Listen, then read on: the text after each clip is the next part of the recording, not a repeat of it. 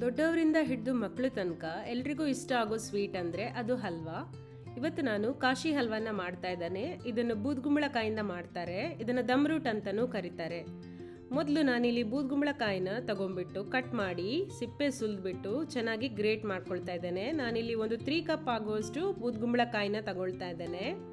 So ಅದೇ ತುರಿದಿರೋ ಬೂದ್ಗುಂಬಳಕಾಯಿನ ನೀರು ಸಮೇತ ಒಂದು ಕಡಾಯಿಗೆ ಟ್ರಾನ್ಸ್ಫರ್ ಮಾಡಿಬಿಟ್ಟು ಮೀಡಿಯಂ ಫ್ಲೇಮಲ್ಲಿ ಒಂದು 20ರಿಂದ 25 ನಿಮಿಷಗಳ ಕಾಲ ನಾವು ಇದನ್ನು ಹಲ್ವಾ ಕನ್ಸಿಸ್ಟೆನ್ಸಿ ಬರೋ ತನಕ ಫ್ರೈ ಮಾಡಿ, ಆಮೇಲೆ ಇದಕ್ಕೆ ನಾನು 1 ಕಪ್ ಆಗುವಷ್ಟು ಸಕ್ಕರೆನ ಸೇರಿಸ್ತಾ ಇದ್ದೇನೆ. ಅದ್ರ ಜೊತೆ ಕೆಲವು ಕೇಸರಿ ದಳಗಳನ್ನು ಸಹ ನಾನು ಸೇರಿಸ್ತಾ ಇದ್ದೇನೆ. ಚೆನ್ನಾಗಿ ಹಲ್ವಾ ಕನ್ಸಿಸ್ಟೆನ್ಸಿ ಬರೋ ತನಕ ಕೈ ಆಡಿಸ್ತಾ ಇರಬೇಕು. ಕೊನೆಯದಾಗಿ ಒಂದು 2 ಟೇಬಲ್ ಸ್ಪೂನ್ ಆಗುವಷ್ಟು ತುಪ್ಪವನ್ನು ನಾನಿಲ್ಲಿ ಸೇರಿಸ್ತಾ ಇದ್ದೇನೆ. ಸೊ ಕೊನೆಯದಾಗಿ ಸ್ವಲ್ಪ ಕ್ಯಾಶ್ಯೂನ ತೊಗೊಂಡ್ಬಿಟ್ಟು ಅದನ್ನು ತುಪ್ಪದಲ್ಲಿ ಚೆನ್ನಾಗಿ ಫ್ರೈ ಮಾಡಿ ಹಲ್ವಕ್ಕೆ ಸೇರಿಸ್ಬಿಟ್ಟು ಒಂದು 1/4 ಟೀ ಸ್ಪೂನ್ ಆಗುವಷ್ಟು ಏಲಕ್ಕಿ ಪುಡಿನ ಹಲ್ವಕ್ಕೆ ಕೊನೆಯದಾಗಿ ಸೇರಿಸ್ಕೊಂಡ್ಬಿಟ್ರೆ ನಮ್ಮ ಕಾಶಿ ಹಲ್ವಾ ರೆಡಿಯಾಗಿದೆ.